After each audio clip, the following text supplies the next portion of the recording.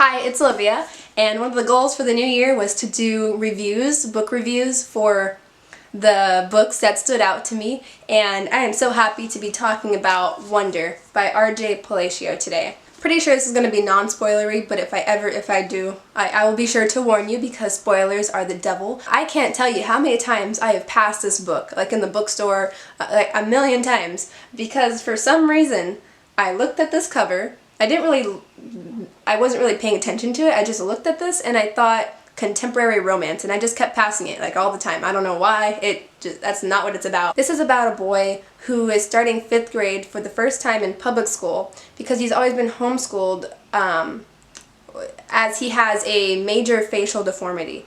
And I only realized what this was actually about when I saw a movie poster for it. Obviously gonna be a movie, as you can see by this obnoxious sticker on the front. Why do people continue to do this to books? I don't understand. I give this book 4.5 out of 5 stars. It was a truly touching book and filled with so many lessons and messages and just words of wisdom through the eyes of a child. I will always love books.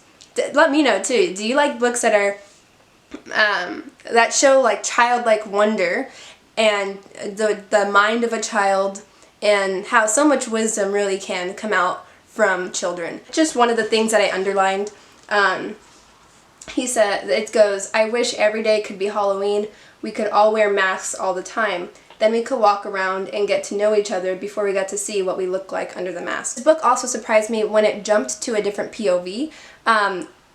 And I think that the author did a very, very good job of handling the different POVs. That's one of my pet peeves, when I get bored in maybe one character's perspective, or when multiple perspectives just seem like the same person. Every single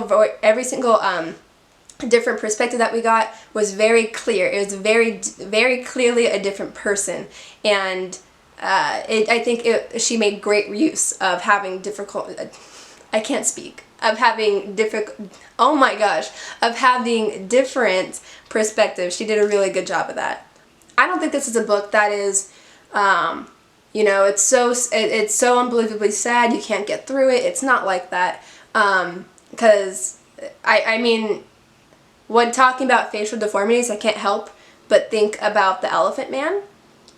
Random fact, the movie, my mom has said that that's the only movie that has ever made her cry, the movie The Elephant Man. I think this is more so a book that makes you feel like, yeah, the world sucks sometimes, and it's ugly and mean and harsh and cruel. There's really sad stuff about it, but it's also really great, and there's still so much worth living for. It was just a very heartfelt book about obviously kindness, how we treat one another, family, friendships, just being a 5th grader. It's also got a lot of humor. There's a lot of modern day pop culture references. I have to mention though, deformity doesn't equal disability. I mean, honestly, he is nearly entirely fully functional. I mean, he does run into like hearing issues and some with like eating, but I wouldn't call him disabled.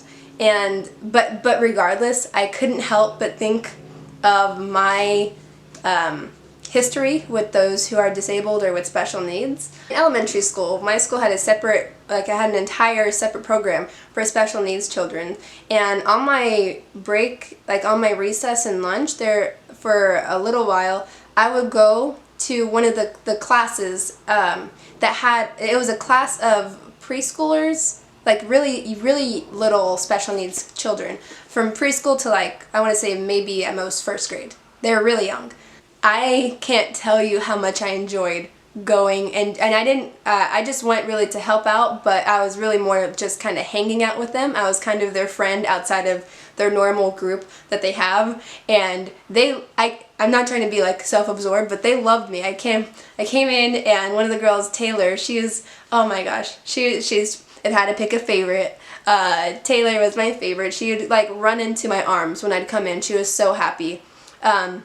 And these are children who vary in their special needs. There are some kids that they had in the program that were entirely immobile, like they're in a wheelchair, they need to be fed, they need to be, cleaned. But then there's girls like Taylor who are able to walk to me, but she has some mental issues and like, I don't know how to describe it. She drooled a lot. I don't know if that makes any sense, but she was just this biggest sweetheart you'll ever find. And what I'm getting at here is I'm very passionate about acknowledging that anyone with a disability or special needs at all is just as human as the rest of us. I know that society does not treat them the same at all. Society looks down on them. And there are some, you'll see in the book too, there's some people who treat them, or not some, there's many people who treat them unfairly, don't feel like they deserve as much because they need help.